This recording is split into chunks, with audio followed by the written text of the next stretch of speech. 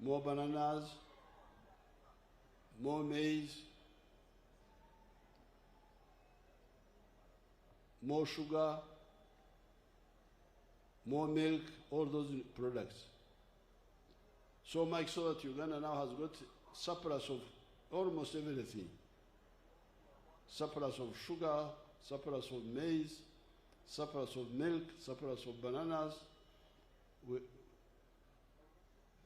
We are lucky that we have the regional market, which is taking our products, otherwise we would be in a crisis. So that is step 3, phase 3, diversification.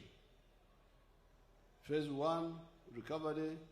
Phase 2, expansion. Phase 3, diversification. Now, phase 4 is value addition. Because all these products previously were mainly raw material. Very little value addition. But this time, we have emphasized value addition. And where we do it, we are very successful and stable. In the coming discussion, we shall be showing you that it's a mistake for any player to play around with this issue of value addition. In the last few years, 2, 3, 4 years, we've benefited a lot from the high coffee prices.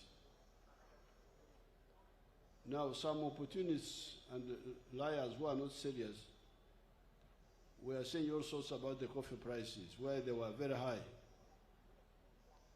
The coffee prices were very high because of the problem Brazil and Vietnam had because of the weather. They had bad weather, their coffee failed, and we have really benefited for the last 3 or 4 years from very high coffee prices. Now some opportunists were saying all sorts of things about coffee prices. But now production in Brazil has recovered. Production in Vietnam, it seems, has recovered. I will study that more, but the prices are beginning to come down. Now, but what I want you to understand is that what will come down will be the price of the raw material, the coffee bean. You will not hear that the price of the final coffee product has come down. It will not come down. It will remain high. What will come down is the raw material. Why? Because the processors have got a lot of suppliers of the coffee. So you accept lower price. If you don't, I buy from another person. And that's why we were telling you. You remember we brought in Parliament, we were being attacked in Parliament. There was an Italian lady who is helping us to add value to coffee. They were being attacked in Parliament, abused.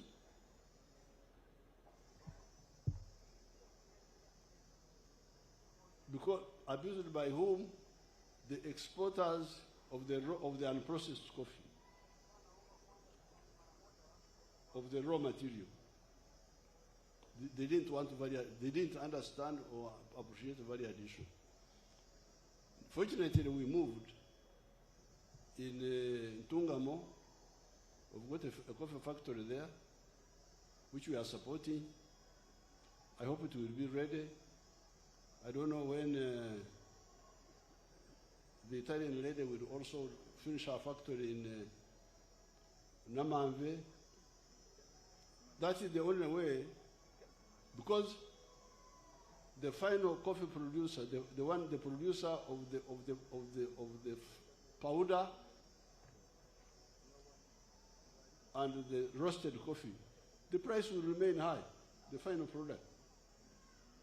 What will come down is our raw material. But if we are processing here, which is our big target, our processor can be able to share deliberately high higher level of money with our farmers, even if the raw material in other parts of the country, of the world, changes.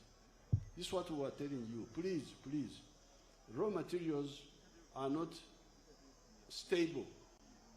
They depend on supply and demand. If the supply is big, the price will collapse. But the final product rarely goes down. Actually, they keep going up, the final price. So therefore, please, in this coming Kisanja, for which you are supporting the NRM, make sure that we really move on value addition. Recently, we had a very good agreement with the sugar cane and sugar producers, because they were all here.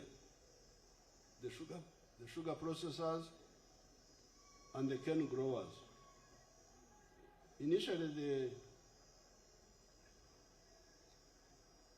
the cane growers, the sugar processors had not become Christian.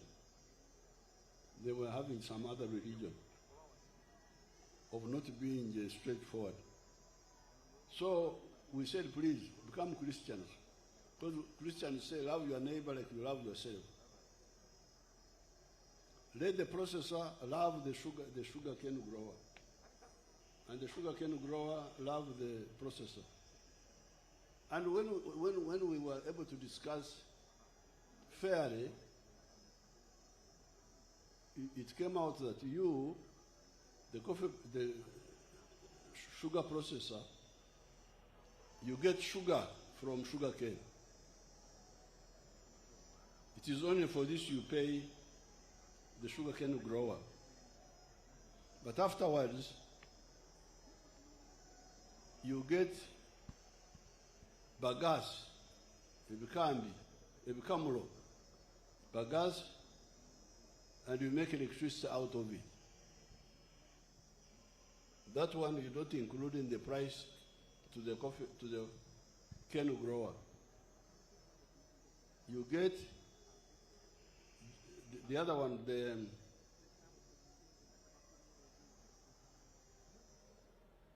the residue of the sugar cane, where you make the jaggery.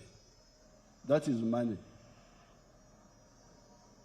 All those byproducts which you get from sugar cane bring in money. You can also get ethanol from the residue of the sugar cane. Now, all that put together gives the sugar processor more money than just the sugar. Now, when we did that, and then we provided that the cane grower must get 50% of the total value, everybody was happy. The sugar cane growers were happy. Even the sugar processors were happy, because now the relationship was now stable. This was possible because everything was within Uganda. The raw material was being produced in Uganda. The processing was being done in Uganda. If the sugar cane was being produced here, but the processing was being done outside, we would not have that power to bring the two together. So therefore, this value addition is very, very crucial. When you hear all these problems in Africa, it is partly because of this. Relying on exporting raw materials only and not adding value. So this phase 4, value addition, is very, very crucial. That's why you hear us talking of expanding the economy to 500 billion from the present 61 billion. Now, the 5th phase is the knowledge economy, based on science. You have seen the vehicles we are making. We don't have the screens here for you to see them, but when we go for the nomination right at Koro, we shall be seeing those screens, those pictures on the screens. So the knowledge economy, the motor vehicles, the vaccines, the computers, the medicines, these are all part of the new economy based on science. So we have gone through these 5 phases. We have gone through or have entered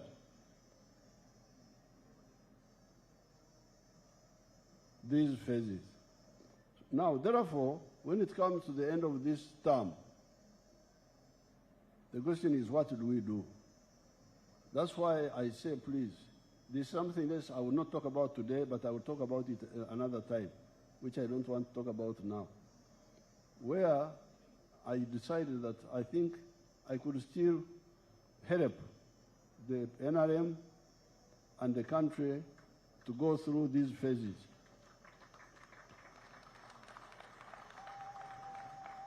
You have heard us talking of the pushing the economy to 500 billion, making the economy grow 10 times compared to what it is now. And it can be done. It can be done. If you see, for instance, the gold sector, when I make the other speeches, I will give you all the details. I think now we have got something like 9 gold refineries here in Uganda. And Uganda now is exporting gold of 3 billion or something like that, dollars, from very low figure. Why? Because I banned the export of unprocessed gold. I said any gold which is not processed should not be exported. I banned the export of unprocessed minerals, including tin and all the other minerals, and copper.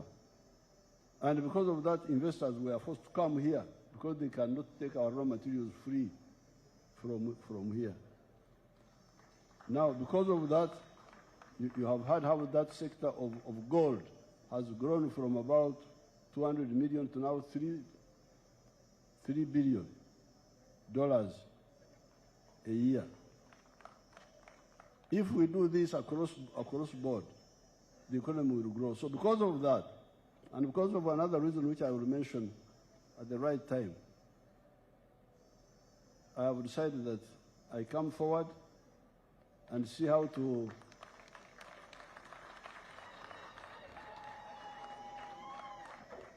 escort the Bazukuru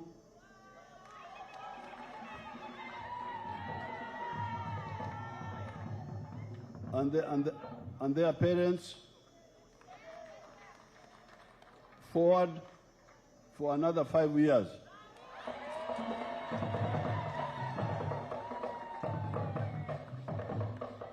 And in this time, I want us really to wipe out corruption.